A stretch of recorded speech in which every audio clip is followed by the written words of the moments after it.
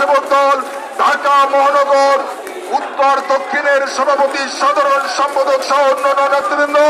কেন্দ্রীয় সংসদের সকল পর্যায়ের নেতৃবৃন্দ, উপস্থিত সাথী সহযোদ্ধা বন্ধুরা, সকলকে আমার ব্যক্তিগত পক্ষ থেকে বাংলাদেশ জাতীয়তাবাদী স্বেচ্ছাসেবক দলের পক্ষ থেকে জানাচ্ছি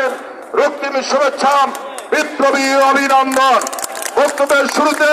গভীর শ্রদ্ধার সাথে স্মরণ করছি আমাদের আদর্শের জনক, মহান স্বাধীনতার ঘোষক, বাংলাদেশের প্রথম রাষ্ট্রপতি, বহুদলীয় গণতন্ত্রের প্রবক্তা, বাংলাদেশী জাতীয়তাবাদের স্থপতি, আধুনিক বাংলাদেশের রূপকার, বাংলাদেশের রাখালে রাজা, শহীদ রাষ্ট্রপতি জিয়াউর রহমান বীরুত্তমকে আমি শ্রদ্ধার সাথে স্মরণ করছি। আমি শ্রদ্ধার সাথে স্মরণ করছি 17 বছর মানুষের বাক স্বাধীনতা,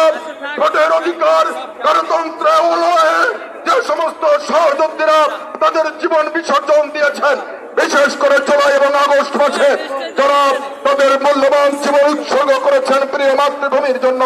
তাদের প্রতি, তাদের স্মৃতির প্রতি শ্রদ্ধা জানাচ্ছি। তাদের বিদায়ী আত্মার মাগফিরাত কামনা করছি। তাদের শোক সন্তপ্ত পরিবারের প্রতি গভীর সমবেদনা জ্ঞাপন করছি। পাশাপাশি যারা আহত অবস্থায় রয়েছেন, বন্ধুত্ব বরণ করেছেন, দৃষ্টিশক্তি হারিয়েছেন, এখনো চিকিৎসাধীন রয়েছেন, যারা গুম রয়েছেন, তাদের প্রতি, তাদের পরিবারের প্রতি আমি সহমর্মিতা জানাচ্ছি। প্রিয় উপস্থিতি, বেশ কয়েকদিন ধরে গভীর উদ্বেগের সাথে লক্ষ্য করছি বাংলাদেশের একটি স্বার্থান্বেষী মহল যারা ফেস্টেক টিকিট বিক্রি করে থাকেন, তারা বাংলাদেশের রাজনীতিকে অস্থিতিশীল করার জন্য এবং তার সাথে